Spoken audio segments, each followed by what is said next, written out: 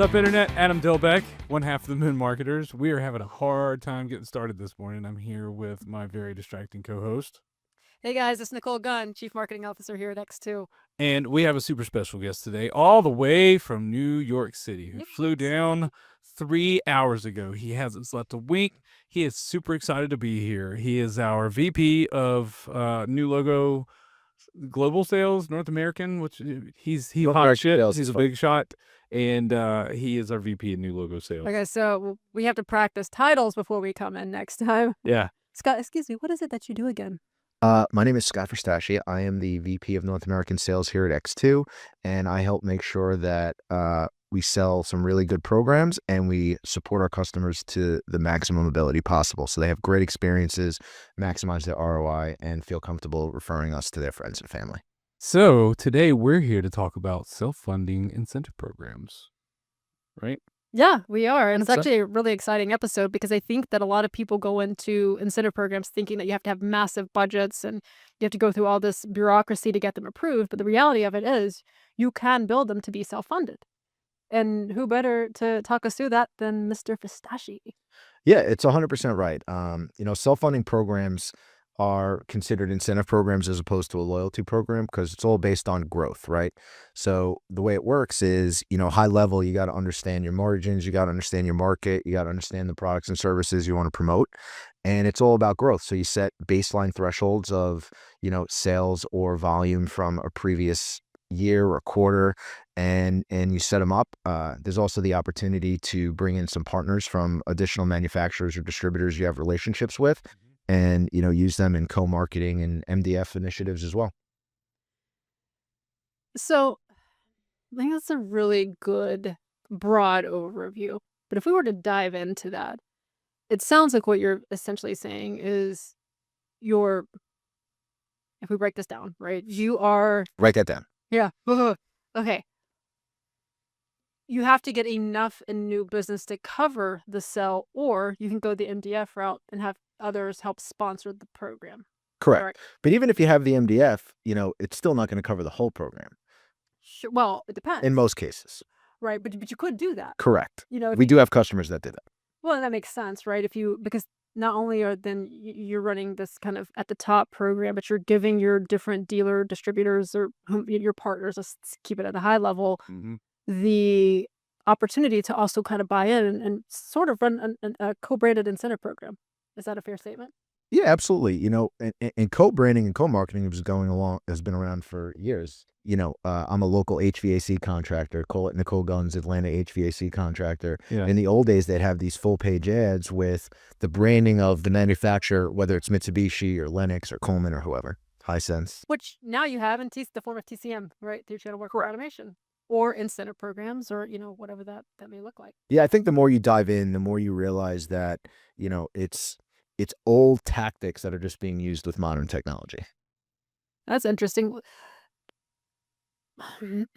Talk about some of those tactics, right? Because I think that's a lot, when we're dealing with dealers and distributors, some are very big and they have big marketing dollars, some not so much. And oftentimes they're using outsourced resellers, use your words. So how does that work, right? Like when you're talking about those old tactics and getting that adoption rate? Sure. So, the old ways, you'd put money together and you'd co-brand, on a yellow page ad. Well, the good news about doing something like a co-branded, incentive program is that for the most part, it's going to be, like you said, it's going to be self-funded, but it's a pay-for-performance model, right? So, yes, you're going to have some basic admin costs to stand up and run the program, but the vast majority of the success is going to be based on the performance of it. And that's where working with companies like us come into play. Typically in today's day and age, a lot of people are building technology and platforms, right? But what really separates us apart is, yes, we have a platform, but with us, you can be as hands-on or hands-off as you want. One of our hugest competitive advantages is the fact that, realistically speaking, throughout a number of acquisitions, there have been people not in this industry, but in this business for over 30 years. Yeah. That's longer than Google's been around. Yeah. Think about that for a minute, right? Sure. So not only do they come to leverage the technology, but the expertise of the people in the room who've been running these loyalty and incentive programs in different industries with, different size companies, and they can really provide perspective and coaching and training. And, because if you're standing this up and you've never run it before, you don't know what you don't know. I can't tell you how many times we have conversations with customers who try to run this in-house and couldn't imagine how manual intensive it is. And as our CIO, Kelly Held likes to say, they become time poor real quick. Well, time poor, but you also don't have the audit trails that are necessary for SOC compliance and for audits, right? Yeah. And when you think about that, I know we used to have clients, or I say landed clients, but we've developed partnerships with clients who literally would go and buy debit cards or gift cards rather, and they would just throw them in their drawer. And if they saw some sort of behavior that they liked, they would just pass them out. But why are you giving those out? Like, what did Adam do that necessitated that versus Scott, right? And then who's keeping up with that? At the end of the year, the accountants are like, What's going on? Yeah. By the way, you still have $5,000 worth of cards just sitting in your drawer, and who's to say that he doesn't just go spend that? He, she, whomever that bought those cards doesn't just use them at random. Mine have like $4,200 worth of cards sitting in the drawer coming into the year. You could, Yeah. in there. Yeah, you're right. A lot of times it turns into petty cash. Well, exactly right. But you said something interesting, right? You was talking about pay for performance. When you go about, actually, I'm going to say that for later. I have another hit all the things with my hands. Bam, bam. I want to talk about choosing rewards, right? So when you're doing a self-funded program, what are the better awards? Like, obviously, does that really work with travel? Does it, like, where do you see that? What type? So it really depends on who your audience is and what you're trying to do, right? If you're trying to incentivize the principal of a distributor company, you're going to need a much more aggressive award than if you're just trying to incentivize one of the DSRs. Yeah. Right. So you have to know who the audience is, but the types of rewards as well. Like, you can have a cash or a debit card reward, which is, immediate, flexible, but also lower cost, and that's the good side. But the downside is the dopamine hit, the halo effect of that reward doesn't last very long, right? To compare it to group travel, which is the complete opposite, right? That's one of the most costly ones, but that's also something people are going to remember forever. Like I'm in my mid-40s now, and I've been on, a ton of vacations, in the last 25 years. And I could tell you bits and pieces of some, but I'll tell you the handful of President's Club trips I've been on that I didn't pay for, that I just enjoyed, everything just tastes a little sweeter on somebody else's dime. You know what I mean? Especially when you earn it. And it's not a gift. You earned it. No planning, anything like that. It's the ultimate. You just show up and you're like, show me where to go. I was going to say show up and throw up, but I didn't know how appropriate that would be. We all do instead of programs differently, guys. That's for real, though. I talked to Devin. He's like, basically, I take people around to beautiful places and get them drunk. It's the basis of incentive travel. It's an oversimplification, but yes. Yeah. All year long. Yeah. This is your award, and you're going to let your hair down. Yeah. And you're with people who have also worked just as hard, ww want to also let their hair down. You don't get to do that very often. I mean, think about it. Scott's in town. Tonight would be a great night to go out and have drinks. Am I going to? Love you so much. Hell no, I have to come to work tomorrow. Yeah. You know what I mean? We have big presentations this week, and so, it's just not a good opportunity. But when you're there for a week on someone else's dollar and you're being awarded for something that you've earned, it's like all bets are off. And people will work toward that. Well, and you're That's there, loyalty. right? And it's white glove treatment if you do the right type of incentive, or you work with the right type of incentive company, plan the right type of trip. Yep. No, but going back to that, it's interesting, right? And Adam, at any point, you feel free to chime in, because I know I'm like doing that thing I do where sometimes I just start asking all kinds of questions. I'm knowledgeable. I'm not that knowledgeable. I'm okay being the sidekick sometimes, boss. Sidekick. Anyways, but you brought something about incentives, and I still think that a lot of companies, and let's take out self-funded for 1 second, because I think that adds another layer of something interesting to transform the idea that incentives are bribery, right? Especially across, I've heard this in like Germany, a lot of European countries, like, oh, incentives are just bribery.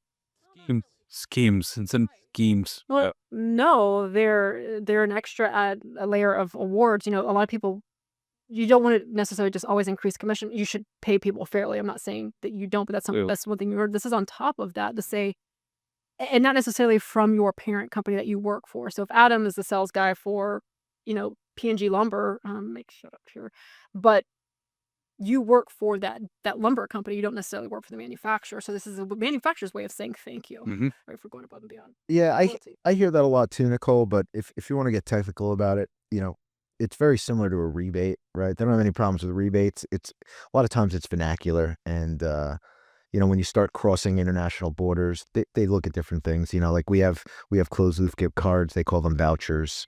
Here a voucher would be something very different than a gift card. So you have to keep into account the cultural differences. And I feel like it's pretty wild too, because everybody is, I mean, reward programs and incentive programs are everywhere. Starbucks, like they're just ubiquitous at this point. Customer loyalty. But I mean, same. Like you spend money, Part of you're it. getting something. You perform an action, you get something in reward over time.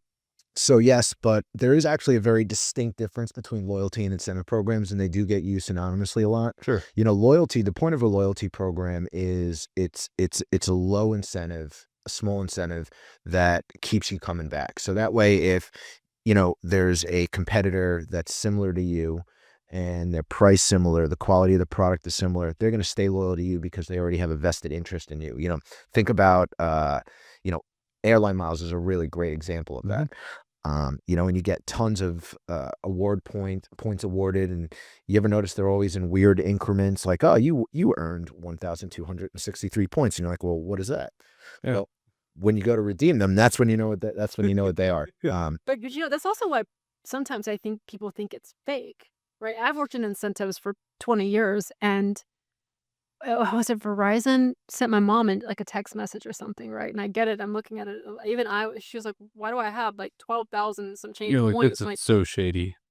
To circle back, what were you saying? So to circle back, I just think that's a golden opportunity for that I would love to take more advantage of is to be more loyal to a brand who's come out and serviced me well. I will tell you, within a year or two, I forget. I to this day right now, I don't remember. I know who installed my floor. I have no idea what brand I put in there. Well, and you now. got to have good service on those warranties and everything too. Like if somebody has because this happened to us recently with a car, totally unrelated, but like went in to get something like 100 miles out of warranty, and they were like, "Screw yourself." And Oh, that always. my wife was hot. Oh my No. God, she was so mad. Toyota. Yeah. Fucking Toyota. Shame on you, Toyota. Real talk. I was complaining about something in my old car. I would call in probably every month, every quarter, frequently. Like, guys, something's going on, and I would take the car, and they go, "Well, we can't recreate the issue." Okay. Literally, my car goes out of warranty. I take it back like 1 week post warranty. 1 week post warranty, and the lady was like, "Oh, we recreated it. It wasn't that fucking convenient.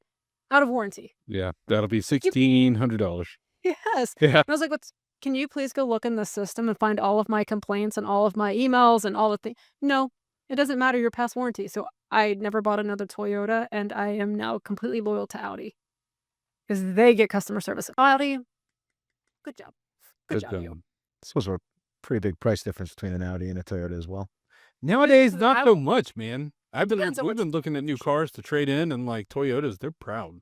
And like Audi's not too far ahead anymore. Toyota, you got some customer service. I think it depends on what you're comparing. Like if you compare a RAV4 to a Q3. Oh, well, sure, that. But I mean, like, just some cars are crazy now. Navigators are $110,000. That blew my mind. Lincoln's luxury car. But like, they used to be like 35, 40,000. Now they're 110. I get it. Don't get me wrong. Like with how off. Do we need to talk about how inflation works? No, we don't. Thank God, because I got a whole thing on that Pulse this week. So to loop it back around, if you were going to build out a budget and structure for a self-funded award program, how would you do it? So the first thing that you got. Let's start real basic, Scott, because you got to remember the viewers. These are mid-market companies by and large, and they're maybe looking at incentives for the first time, and if not, maybe thinking about how to do self-funded for the first time. Yeah, so the first thing that you need to do is you need to know your market, right? That's the first thing you need to do. So what brands or product categories are thriving, or what's hurting that you really need to give a little jolt into? That's where you start to get the self-funded. Well, you see, that's something that we take for granted as a given, but most companies don't know that. So with most of the companies who are running it in-house and have never outsourced it before, their budget tends to, the vast majority of the time, unless it's a SPIFF program, come directly from marketing. Right. And that tends to become an issue, and it tends to be a roadblock for companies to do it because Marketing has fixed budgets, right? Mhm. That's why the best incentive programs, especially if you're doing a self-funded one, is going to have a mixture of budgets and an understanding between marketing and sales, and they're going to work together. Right. Typically, the marketing departments are going to handle all the fixed costs. Like the licensing fees or the Yeah. app setups and all that kind of stuff. Yeah, because it can be budgeted for. Right. I mean, the last thing that you want to do is put together an unbelievable program. You have sales going through the roof, and then you got to stop it because marketing hits their budget. But sales is like, well, Making records, cut it off. yeah. Yeah. And the sales is like, well, why would I cut it off? It's working. So typically what happens is the admin costs, the platform costs, the service costs, things like that, that tends to be handled by the marketing department. Yeah. And then the sales usually handles the variables, AKA the spiffs and the incentives that come specifically from the sales and hitting those levers. Usually or should. Because I think I still see a lot of like us coaching companies on how we should do it. Excuse me, guys.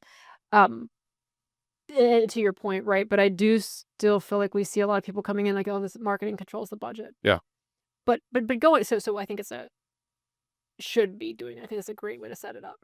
That's a very good point. But that's also why the self-funded programs become so effective, is because you have your marketing who handles the fixed admin costs and things of that nature.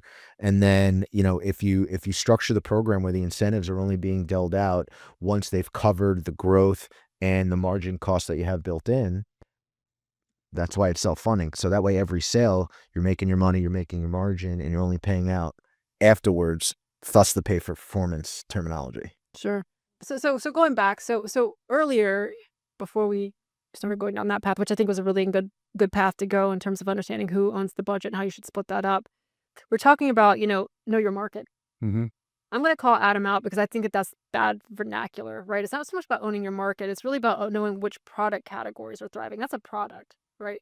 I guess you mean by I knowing think your it's market. both. I mean, you still need to know what your market needs, what your product needs are. Like what? So are you saying So like your market is buying? Like is that what you're actually saying? Yeah, know your market. I mean, like obviously you have to know all sides of your business, but Yeah. like say you were talking a lot about HVAC manufacturers just coming up on summertime, and the units are going to sell themselves. Once it starts to cool off, you still have to sell stuff. That's when you start maybe putting incentives and rebates on certain types of products to keep people buying, so that obviously not like Freon or whatever refrigerant, and that's very loose. I'm sure there's much better examples, but.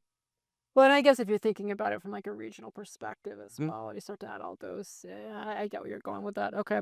Well, wouldn't you guys agree that in the summertime in Atlanta, you'd be looking at more of competitive programs to differentiate, and it would be less consumer-based programs because that demand's already coming there.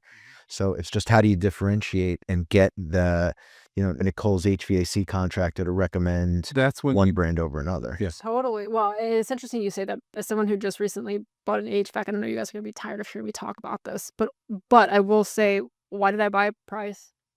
Yeah, and that sounds really shitty, admittedly, as someone who works in this industry and has a lot of friends throughout HVAC. However, they, I used a company called Moncrief. They're local here in Atlanta. They came in and said, here are the two products that that are options. Now, I know good and well they probably have other options, and actually I found that out to be true later. But why did they pitch me two? Well, these are the best.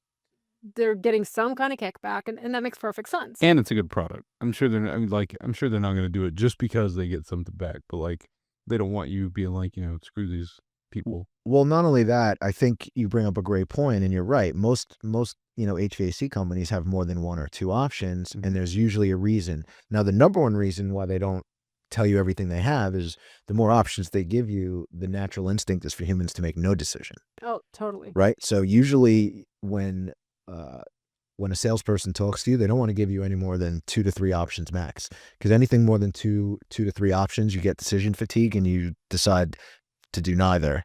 I think that goes down. You make such a good point, and I think that pairs itself well with. It's not. You can't have too many options, and you're getting into the competitive differentiation. Don't give me too many, especially don't give me too many that I don't care about. So installers really need to be trained to, or the people who come out and like look at your space or whatever prior. I think it's still the installer.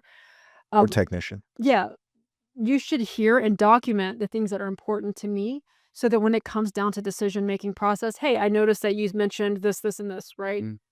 Okay, great. Like I hate humidity. Have you guys had those HVAC systems that you've purchased and it just feels humid in the air? You can actually, so in my last house, we had a unit and it had like I'm going to call it a dehumidifier, but it's something that pulled humidity out of the air. It was a lifesaver. I live in Atlanta, Georgia, and it gets hot and humid. And I hate that feeling, especially my hair gets all like. Anyways, nonetheless, the best HVAC unit I've ever had. And I wish I could remember, which brand that was. Here I am, like the perfect consumer for you guys to market to so that I remembered the brand. But also, that was important to me. And actually, I'll go back when we had Moncrief come out. I asked specifically about that humidifying component or dehumidifying component. And he was like, we don't have those units. Why? That would have been your selling point to me. But they pushed these other two, and I ended up going with. They're like, oh, well, we could come back in and we could add that for an additional $10,000. Okay, but that installer over there was willing to put it all in for one. So you have to go back to those like negotiations. It should be about the consumer, and I'm going to buy on price. At the end of the day, I don't care who it is when it comes to certain things, especially like HVAC units. If you were to ask 100 consumers why they chose, I guarantee you 99 of them say price. So I agree to an extent, but I also disagree. So like, for example, your philosophy is I'm going with the lowest price. Now, I am by no stretch of the imagination rich in any way, shape, or form. However, I would be I don't want the cheapest and I don't want the most expensive either. You're looking for the most bang for I'm your looking buck. for the Goldilocks. Yeah. I want the Goldilocks. So I'm going to go for the best price that fits within what I'm looking for. Yeah. For my house. I should have been more specific. That's a fair point. So they give you different tiers, right? In this tier, you can have this many units. This is where I think it was like so many ton unit. This tier, you get this ton unit, and they have like 2 options for each. Well, I don't need a 10-ton unit. My home is like 5,000 square feet. Yeah. What do I need that for? You're just looking for your dollar to go the furthest in what in your needs. That right. Value is the word. Yeah, 100%. Value is the word. And everybody perceives value and evaluates value differently based on their individual situations. I will tell you this. Had you had the Moncrief, had you had the dehumidifier built into your, Zuzu 10-ton, whatever ton it was, I don't know if it was 10. I would have bought that one because that's how much I care about it. And this would have been a totally different podcast. Thanks. Well, that being said, Nichole, but if it was that big of a deal, then you wouldn't have bought the one you bought. She didn't want to spend the extra $10,000. No, I'm just kidding. She just wanted the solution now. She didn't want to wait. Yeah. That was it. I Yeah. needed it now, and I couldn't wait. In a Georgia summer, 1,000%, I'd be like, yeah, I'll just get. Actually, I'll get some kitty litter. we had the whole thing replaced. So there's a lot to it, Scott. Basically, my entire unit started leaking monoxide and Carbon? and my monoxide detectors weren't going off, but we all were getting headaches. Yes, this is true story. My dogs weren't coming in the house. It was kind of wild. The coldest time of the year, and so, anyways, long story short, Jesus. the guy came out to service it from Estes, and he was like, "You need to turn this off now. Not only is it leaking, it's catching fire." We just recently bought the house. We were like, "Well, that's catching fire. Where are our monoxide detectors? They're working. Like, why aren't they detecting? Like, it's sitting low on the ground." Well, I have little dogs, so that was a big problem. That's a heavy dinner. I'm sleepy. I know. Yeah. I know. Well, and luckily we sleep upstairs in the 3rd level. But anyways, a lot of details. The point is, I had to make a decision and make a decision fast because I think that week was when it hit like 8 degrees. Like I said earlier, it gets really hot and cold here. Really hot here and humid. So when it hits 8 degrees, I've got to have a new HVAC system if I can't turn it on at all. Like, there is no waiting. You put it in the house. So I stand corrected. That is the one time cost is not the biggest influencer to what I'm Listen, doing with. cost is a very, very big helper in making a decision. But the vast majority of the people, there's usually something else that contributes. Yeah, but think about most Americans, right? Most Americans can't afford to have that choice. Fair, but Or more people. I was just talking about Americans. yeah, but let's just say, for example, we'll use Moncrief as an example, and you said they had 2 brands. Let's just say brand A and Per B. year, but they were all the same brands. To be fair, it's Train. No, right, and else. But that's what I'm saying is like, if you have to choose between the 2, like, and they're the same, you'd probably, at the end of the day, and I know I say this all the time. So, all right, so these 2 are so if I can take the price and eliminate that as a deciding factor, right? I lump the similar priced ones together, and I can't make a decision. You know what my next question to that person is going to be? What's that? What do you recommend? Well, yeah. Of And course. that's a question that a lot of consumers tell a lot of businesses that goes under the radar. Yeah. And that's where incentive programs really come into play. Yep. Because let's say that those two options that you were given, Nichole. Let's say one of the manufacturers, had some sort of incentive program going on that quarter that the other one didn't, and you say, which one do you recommend? Well, it's all about WIFM. What's in it for me? So that technician or salesperson is most likely going to say, hey, dollar for dollar, they're very, very similar. But if I had to choose between the two, I would pick this one. Yeah. So let's move on into goals, right? We talked a lot about understanding your market, the products, and how you want to set that up. But how do you go about defining goals if once you understand that? And actually, I take that a step further. Should audience come before goals so you can develop goals based on your audience? So the answer is yes. To which part? Both. Okay. I was like, that's a whole chicken and egg thing. Yeah, Like, they're that's both right. That's exactly right. So, in a perfect world, the first thing that you need to figure out is the who. Right? Mhm. Like, Right. are you looking to grease the wheels of the people selling the product or the people buying it? Mhm. So that would be step one. And then depending on what the answer is, will determine what that strategy is. So for example, if you're worried about the actual end user and the customer, then a rebate program is the way to go, right? That's what's going to move them. Sure. And if it's to increase sales from, people who don't necessarily work for you, but they sell your product, then, an incentive spiff is probably in your best interest there. And then the best way to go about doing it is you figure out, especially if we're going to bring it back to the self-funding, is the first thing you have to do is you have to figure out what your break-even point is, right? You got to know all of your costs from manufacturing through the channel, through sales, and you really have to have that ironed out. You have to understand margin, and then all the soft costs that you don't always take into account.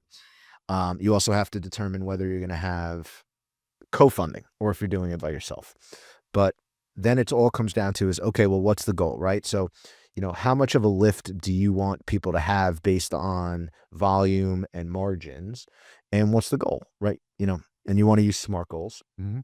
And once you figure those things out, you can structure a program that will help facilitate the desired behavior based on what those mathematical goals are.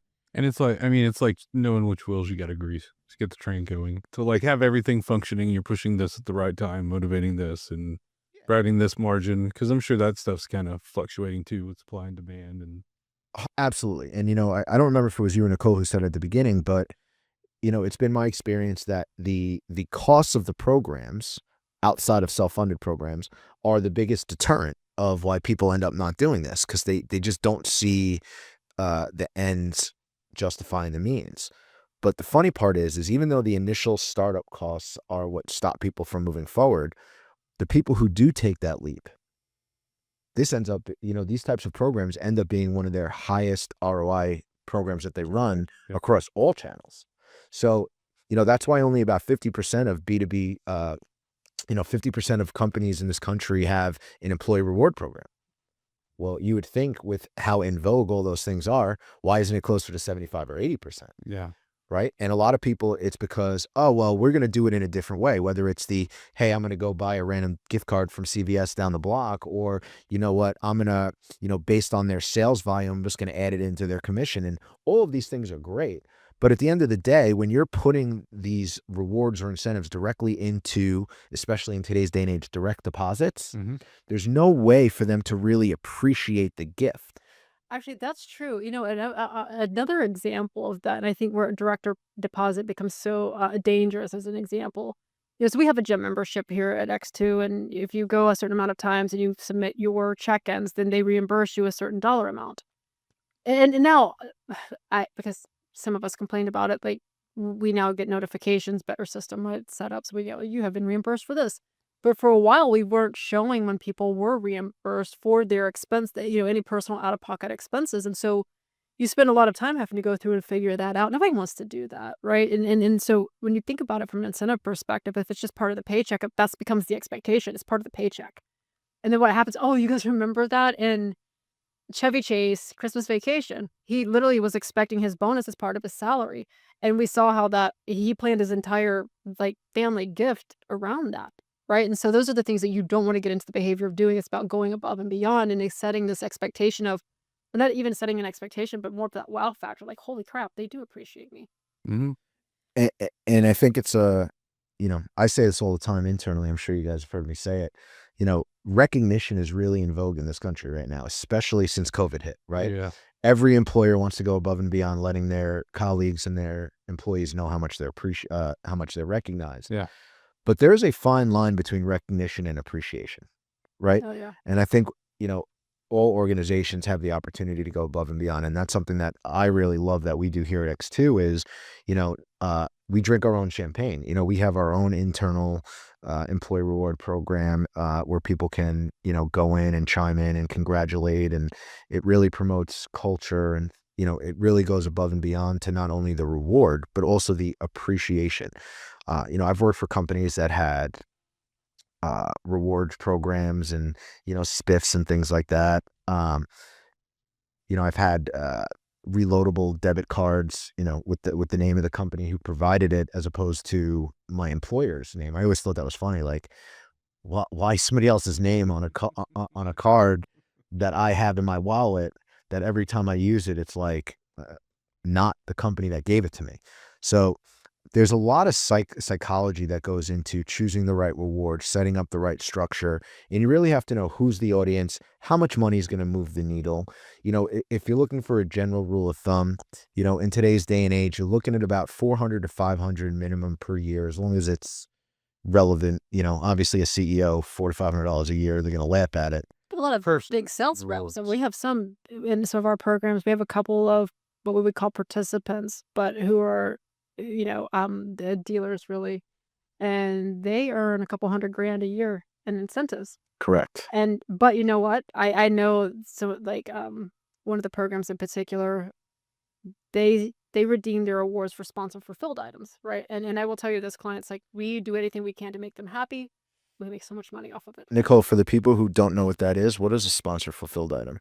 Yeah, so sponsor fulfilled item is essentially our client or the brand can put their own items, whether it be marketing materials or like their own technologies or whatever it is, their own products into the catalog, and then partners can redeem them. Swag. Swag. You can do sweat. You can do that too. This particular client, they actually put their other products in there, and that's where they see the biggest redemptions coming. But yeah, you can do all kinds of. I thought you were pointing to the Reese's Pieces, and I was like, Scott's like, I'm I would hungry. totally give you one, but I'm not. This is a long filming. I got schedule. 2 on purpose. Yeah, no, but anyways, yeah, you can definitely do swag. And actually, I know that Coca-Cola used to do this. It was like their driver programs. They would put like the jackets. Like the jackets were a really big deal for their drivers, right? And so that they had those in the catalog. So who do these programs work best for? Like, I mean, when we talk about like who we target and who we do, like there's manufacturers, distributors, wholesalers, like the self-funding when you're setting up the budget structure that we've been talking about, like who does it, like, I mean, who does it work? It's really good for distributors and manufacturers, and typically it's good for people who are going to do repeat purchases. We get approached all the time by companies who sell one thing one time. Like, for example, somebody who flips homes, Yeah. right? You're only selling that home to that consumer most likely once, Yeah. right?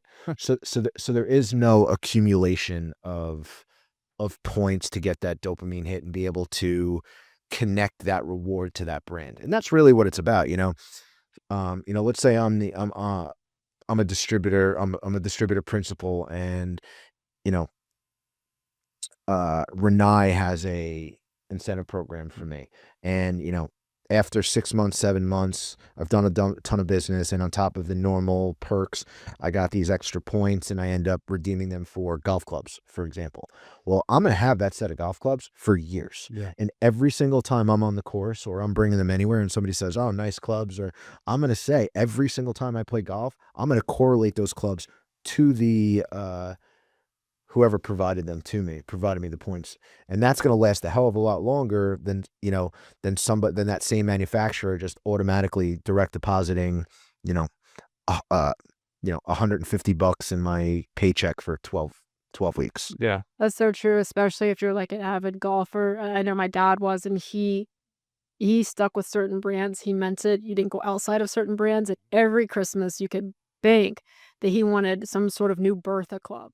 And by God, Big that was Bertha, baby. oh, Callaway. He's that's a it. Callaway man. And actually, the funniest thing, Yeah. the only time I've ever seen him not treat his clubs like they were his children.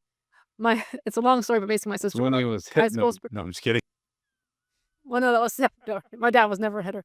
But no. My sister, she'd gotten drunk and she was underage and gotten this, and my dad was like, use some Hi, Nicole, sister. hey girl, you know which one you are. But anyways, he threw the club. It went into one of those like legs. Then he had to go get it out. He was mad as hell. One of my favorite dad moments. Anyway, That is memorable. it was. Oh, he was just like, well, because you know what it's like. I just hope the gator didn't take his arm. Georgia, so we were lucky, no gators. But to your point, Georgia, well, yeah, yeah, gators. we don't use it. It's not Georgia. Fair enough. North Georgia. Okie Finoki Georgia. That said, It's a perfect example of why knocking is important. but definitely, oh God, I hope he's not trying to reach me too. Nope, I'm all good. Do you need to step out and take that? No. Okay, good. Because we're almost done. No, I will prioritize our CMO over our CFO for the next 10 minutes. You should. We should. Well played, sir. He knows who authorizes him to sign your paychecks. Well, figure it out. So diving back into this, though, one of the things, Scott, you talked about this a little bit earlier, but you mentioned, incentive programs are oftentimes some of the biggest ROI generators in terms of, marketing tactics that we see our competitors do. Sadly, there are also some of the marketing programs or tactics, rather, that I see go stagnant. It's kind of a set it and forget it. If they generate such high revenue, why is that? Well, a couple things. So first and foremost, you're right. It's not a 90s alarm clock. So the set it and forget it isn't going to work. Right? Because you have to remember, at the end of the day, participants are people. They get bored, especially in today's day and age, very short attention spans. So you want to keep it fresh. But at the same time, as you're making those adjustments, you want to make sure that you keep it consistently easy. That is the biggest mistake we see companies make, is they all want to be creative and think outside of the box and become the first person. Here's the thing. This has been around for almost 100 years now. I'm not going to say never, because you never say never. But the vast majority of the people who say, I got it, they're usually, it's like when kids think they came up with an idea that their parents never thought of and they think they're slick, right? But in order to have really, really good incentive programs, first and foremost, you want to make it easy and simple for the participants to understand. So what's the behavior that needs to be modified? What do people need to do? We said 400 to 500, and then you talked about some of the other people who generate hundreds of thousands. Typically, if you look at what your organization did in revenue the prior year, you typically want to allocate anywhere from 1 to 3%, right? So it's not a huge percentage of revenue that you have to necessarily invest millions and millions and millions of dollars on it, and it's relative to the different side of the business, right? We have customers who do, a couple $1 million a year with us. We have companies, as you know, Nichole, that do, billions a year. So Right. the range really is that big, and it all depends on what you're trying to do. If you have a flooring company that's trying to increase a certain brand that they make more margin on, as opposed to a popular brand they make less margin on, that's one way to do it. Easy fix. So tons of different options, but it's figuring out what is the desired behavior, or what is the end goal, and working backwards. That's usually how we recommend you do it. Where do you want to end up? And then we'll help you back into that particular structure. And if you want us to help you back into that particular structure, he can walk you through it. We've got a cool calculator that shows all the, margin and everything that you can build out and how the program is going to pay for itself. Help you strategize, come up with all your budgeting, everything. It's really neat. He's walked me through it. It's the only We reason I'm should pushing. do that. Jake, let's write this down. Let's have Scott do like a demo of this, and let's attach it to this as like downloadable asset from this podcast. Kinda. I mean, I want him to call him. Don't you want him to call him? Well, I'd love for him to call them, but I think Always fill it out, because it's not pretty yet. Like, it's being built. Yeah, I mean, listen, it all comes down to a couple basics, right? The first thing that you need to figure out when it comes to creating a budget and figuring out where your ROI is, first and foremost, is the audience. Yeah. Right? Now, everybody's heard of the Pareto principle, right? 80-20. Well, Oh, yeah. what we like to do here is we actually think that's a little too vague And in our business, you can actually dial it in a little bit. So instead of 80-20, we talk about the 20-60-20. So you have your top 20 that you really care the most about, right? That they are 80% of your business, and you want to put a moat around them as much as you can. And they may be loyal today, but you need to keep them loyal, because the hardest thing to do in business is win a new customer. The second hardest thing to do in business is keep a new customer. Why? Because you stop hunting, but all of your competitors who didn't win the deal, they don't stop. Right? So that's why having a good loyalty program is important. So that way, after you've won the business, you don't have to worry about them being poached by a competitor. You've put things into place that they're going to stay loyal, thus loyalty program. Then you have that middle 60, and that middle 60 can go in either direction. They can either go up and become part of that 20, or they can go down and become part of the bottom 20, which I'll talk about in a minute. So you really need to understand, what is it going to take to get that middle 60 to move? I had a conversation the other day where their biggest issue is that they didn't even worry about the 60. They were worried about the bottom 20, because the bottom 20, which tends to be, the 1 or 2 times people, a lot of the times you want to ignore that, because you're not going to be able to affect that. They tend to be I'm just going to go for the best deal. I have no loyalty. It doesn't matter. They look at things on a day-to-day basis instead of a long-term. Right? So that middle 60, you decide, what is it going to take to get them to the top 20 as opposed to the bottom 20? And whether it's volume, margin, specific products, whatever it is, you figure out what makes them tick and what's going to make them perform the desired behavior, aka the behavior modification we talked about at the beginning. And then there you go. So you've heard everything we have going on here today. They're great programs.